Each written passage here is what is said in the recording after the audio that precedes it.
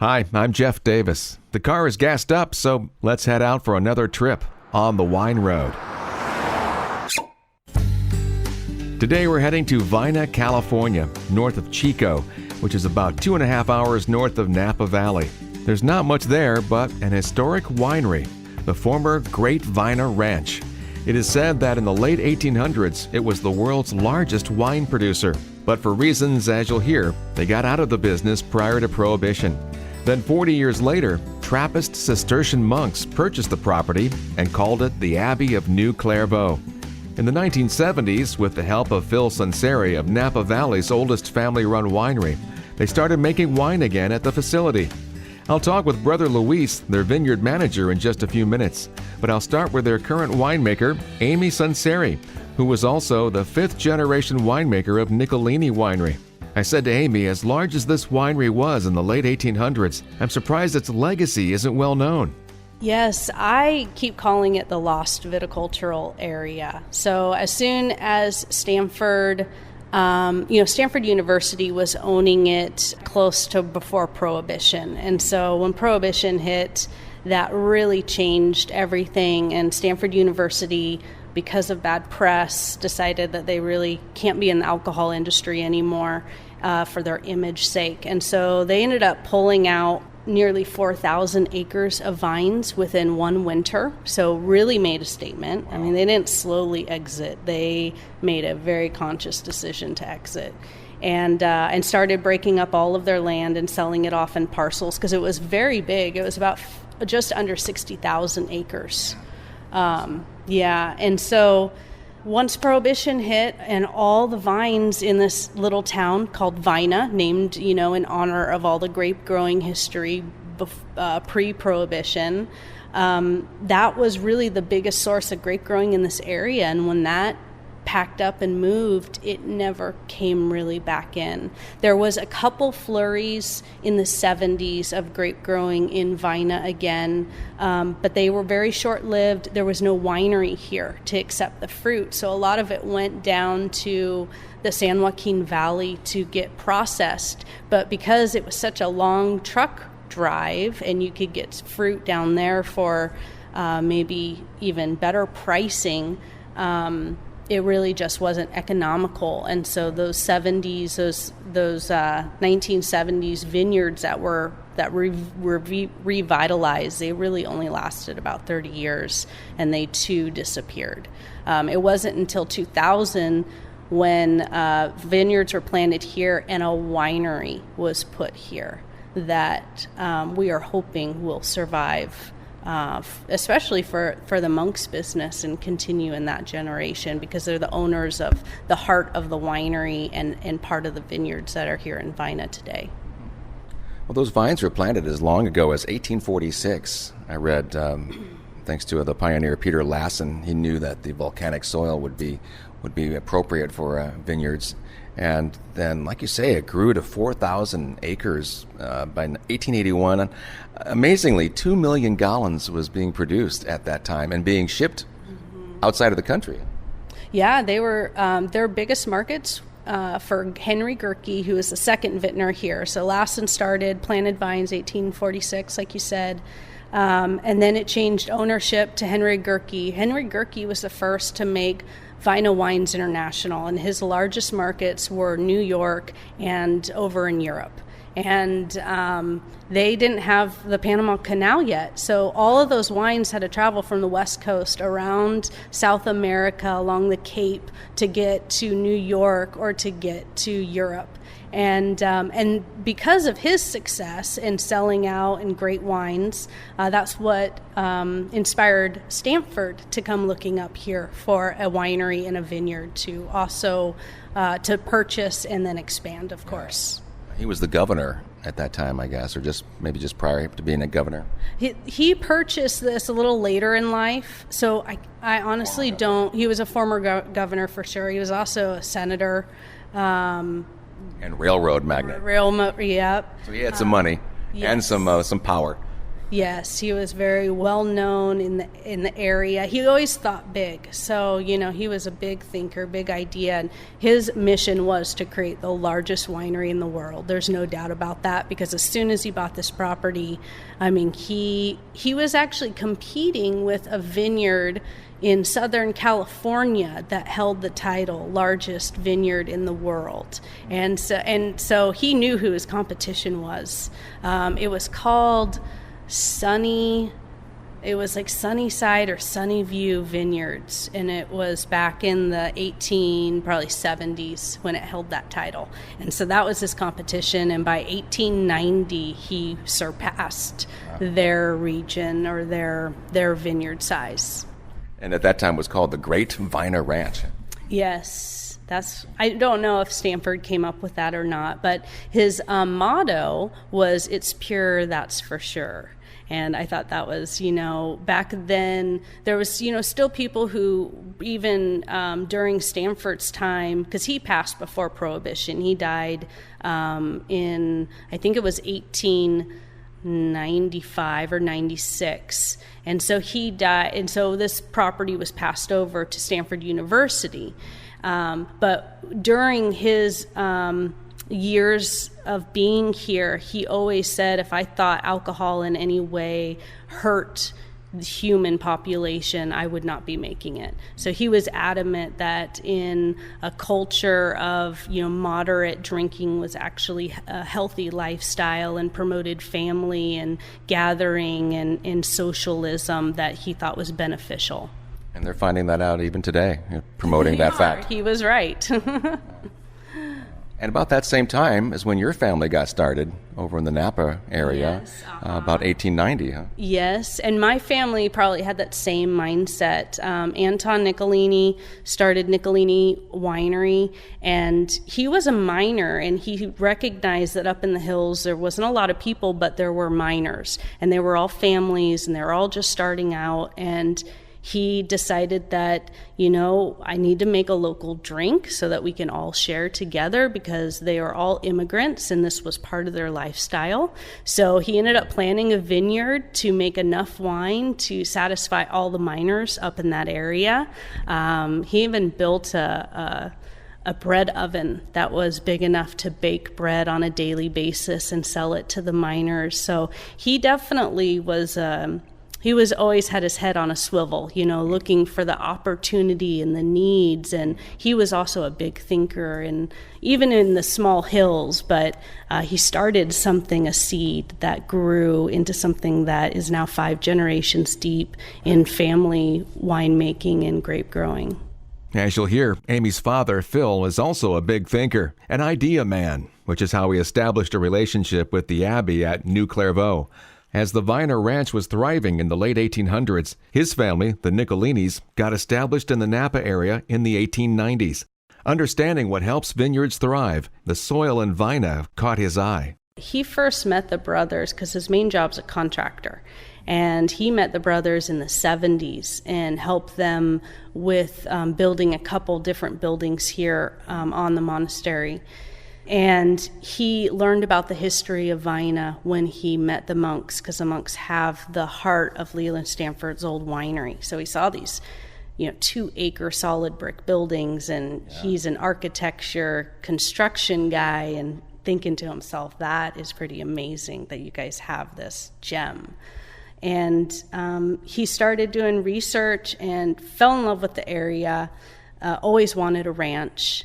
And when I was in high school, maybe my last year in high school, he bought 100 head of cattle, called up my mom and said, we need to buy a ranch because we need a place to put our cattle that we just bought. That was a sneaky way to get the ranch. Sneaky way, yes. He's known for that. And so they ended up looking for ranches, and they found one in Vina, and brought the cows home, and that kind of started him running cattle and being a farmer, taking care of his land. And he found a special parcel of pasture grass that was very rocky and sandy, and it didn't grow very good. It was only the summer or the winter rains could actually grow something out of there, and it wasn't very thick. And so he worked with this ground, was going to replant it, and as soon as he dug it up, dissed it, and kind of reevaluated what was under there, he realized this is vineyard ground. And that was actually the start. That vineyard eventually got renamed, or not renamed, but got named Poor Souls, because it was such a difficult vineyard to get started. And when we started, both the monks and my dad shared consultants, and I kind of was just a volunteer, just digging trenches and putting in irrigation at that point. And anyways, they wanted to put in an experimental vineyard because they knew all the problems that happened in the past. Nobody obviously was still here growing grapes and making wine. And so anyways, it was a bit of an adventure to see if it could even grow into anything. But it did, obviously. It's been a success.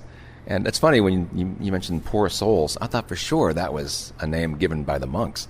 Well, it was started by the monks. That is very true.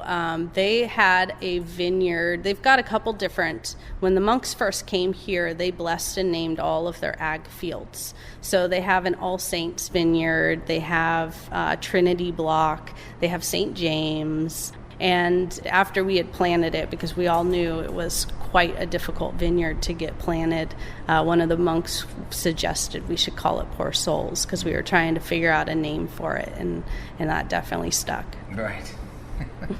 Well, who better to work with it than the monks, huh? Helping out the poor souls. That's very true. And this makes an appropriate place to bring in Brother Luis, who is the vineyard manager of New Clairvaux Vineyard. Aimée wasn't sure if he would be wearing his habit, because if he was in the vineyard that day, he'd be wearing work clothes. And yes, they call a monk's tunic a habit, like they do for nuns. As it turned out, Brother Luis did wear his habit, and if you don't see the photo of Aimée and Brother Luis on this podcast, you can find it on my website, onthewineroad.com. Quickly, getting back to the theme of this interview, history. Cistercian monks built and worked the iconic Clos du Vougeot in Burgundy, where winemaking took root in that region in the 12th century. And now, here they are doing similar work in Northern California in the 21st century. I just think it's fantastic that something that started so long ago continues to this day.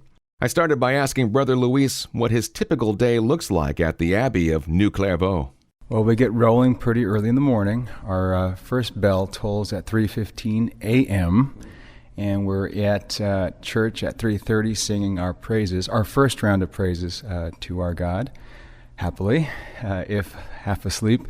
But that's how the day begins, and we have several sessions of psalmody throughout the day, and interspersed between our primary work, which is praise to God, we have our manual labor, and my manual labor mostly consists of work in the vineyard. How many monks work with the winery? Well, we have various monks working at different levels and different departments within the winery enterprise. We have one vineyard manager, me, and a few assistants in the vineyard, 2 or 3. We also have an enologist, Brother Francis. He works with Aimée, testing all the using fancy equipment to test levels of I don't know what. And various monks working during the harvest season, actually all of the monks, able-bodied, come out during harvest and do a lot of hard work for about 2 weeks, bringing in all the fruit. Were you trained in viticulture?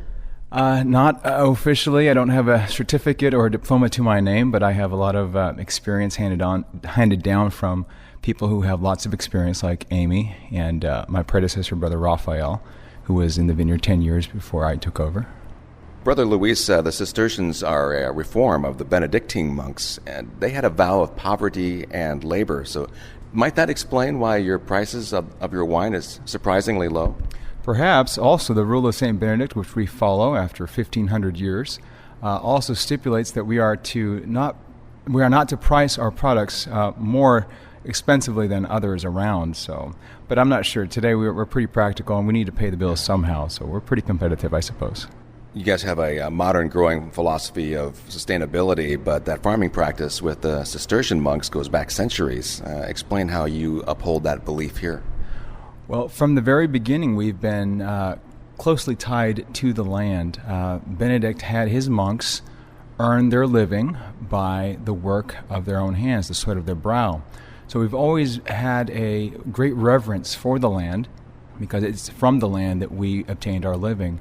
That reverence has been embedded into our ethos as monks, and even our constitutions today for the Cistercians have us observe a great deal of pride and great stewardship over the land that we occupy and use for God's greater glory. And it makes sense because you all just continue on, so you want it to be there for future generations. Sure, the monastic enterprise is a long-sighted mission. We think in terms of centuries, not years, individual years. So what we do here is with an eye to continuing the praises of God for centuries to come, for many who will join us in the future. And Aimée told me you're now going to be working in organic farming. Yes, this is our first year where we jump in entirely into the organic practice, and we've received some great consultation, and so far we've had some very good results, and we're very optimistic about the future of organic farming here at New Clairvaux. This will be the first harvest? This will be the first organic harvest, so praise God. Good luck with that. And I think I saw you have solar panels, and there's a lot more to your sustainability than just your farming practices. Absolutely. We're availing ourselves to all the means that are available in our society today, and we're continuing to look at different means of improving the way we use our resources, our God-given resources, so that we might not waste, so that we might share with all the best that we have. I saw that your wine has done well in award competitions, partly, of course, thanks to Aimée's craft and your viticulture. Does that mean much to you when you win awards, or is it just kind of oh, that's nice? Well, certainly, it's all for the greater glory of God, and if people have recognized the fine quality of our work, we praise God, and that's what we're here for. Well, Brother Luis, I certainly appreciate your time today. Well, it's my pleasure to share about our passion here at New Clairvaux. Thank you. I like how forthcoming he is, and certainly very peaceful. One thing I hadn't asked Aimée yet was how she became the winemaker at New Clairvaux. My inspiration was when I started working with the brothers and my dad. I had a great time working with my dad and really wanted to extend that relationship. I got volunteered. My parents paid my way through college, and so every summer when I didn't have too much college work, if I didn't need to take a summer class, then I went and worked on my dad's cattle ranch. And in 2000, they were putting in the vineyards, one on my dad's property and one on the monk's property. And I got volunteered to help get those established. So I got to work with monks, I got to work with my dad, had the summer of my life, realized that I wanted to be out working in vineyards for the rest of my life because it just resonated with me. And at the very end of that summer, after thinking about it and just thinking what a great opportunity that I was seeing developing, I asked my dad both my parents, if they would continue supporting me through college, if I could somehow get into Davis and get my degree in viticulture and enology. And they said yes, and it took me some work, but I did get into Davis the following fall. I had to finish my current program in Santa Barbara is where I was going at the time. And they did let me do a second bachelor's degree. And by 2003, I'd finished Davis's program. But I kept coming back on weekends because Davis and Vina are about an hour and a half away from each other. So every weekend I was working in the vineyards and just trying to learn more and apply what I was learning. She said the first batch of wine they made as a test turned out to be very good, inspiring them to continue with the idea of making wine with the brothers. It has worked out well for Aimée and the Abbey. Aside from New Clairvaux, Aimée makes the wine for her family's Nichelini brand. She also has a brand called Aimée. Her dad chose that name much to her chagrin. Needless to say, she keeps busy and manages to bottle quite a list of varietals. Well, I think we grow, like I said, we started with an experiment. We weren't sure with new technology, new varieties, new knowledge of clones and different things, what would really work well. what was most surprising is the whites ended up being excellent. We, being here in a very warm viticulture area, we, for some reason, like I think many people, just intuitively thought that this would be red wine country. And even though we knew the history, Gurkey was very famous for his whites as well, we just thought that was a fluke. But after many years of growing, we realize our whites actually are stellar. They grow so well, especially in the St. James and the Trinity block where the monks have that deep vine loam. So we plant almost all of our whites in that ground. And we do Albarino, Viognier, Trebbiano. We're just now experimenting with some French Colombard, Roussanne, Marsanne. We just planted 2 new Greek varieties that were the first in the U.S. to grow, Acertico and Muscofilero, and which I think is very,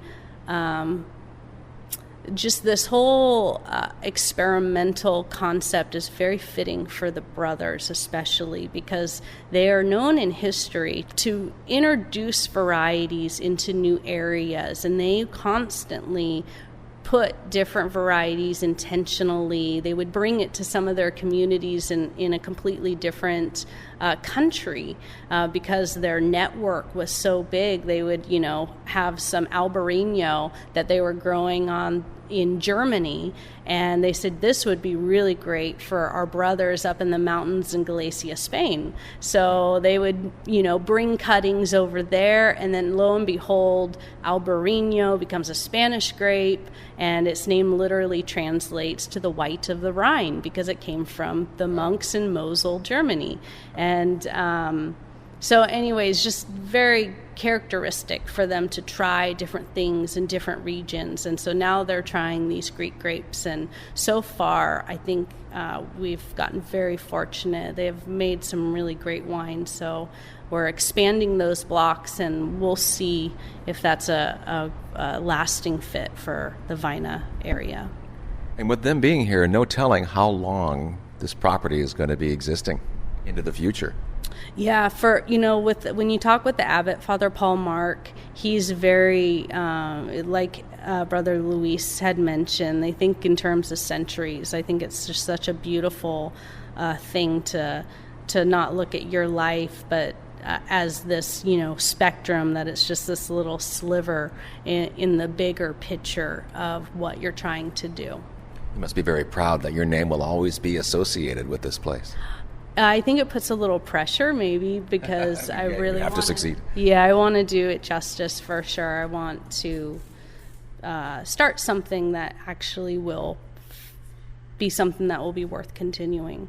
Well, I've always enjoyed your wine, and Nichelini, it's fantastic, and you're winning awards, so it looks like you're on the right path, and I'm looking forward to trying your new Clairvaux wines here and the Aimée label. Yes, good, thank you. Actually, have you heard of the International Women Wine Competition? So I just got Woman Winemaker of the Year. I tied with somebody, but it's still a great honor. Yeah, I was just at an event not too long ago with kind of promoting that event.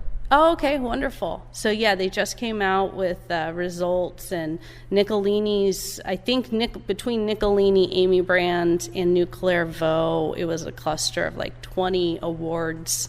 And what's amazing is I'm pretty sure close to almost every wine we entered won something. So that's a great, just to know that all of our wines are that solid to stand out, to deserve some type of merit, is really a great feeling. Congratulations. Yeah, thank you. I'm honored to be in your presence. Aimée tied for first place with Melanie Natoli of Canna Vineyards and Winery in Middleburg, Virginia. What a coup for Melanie.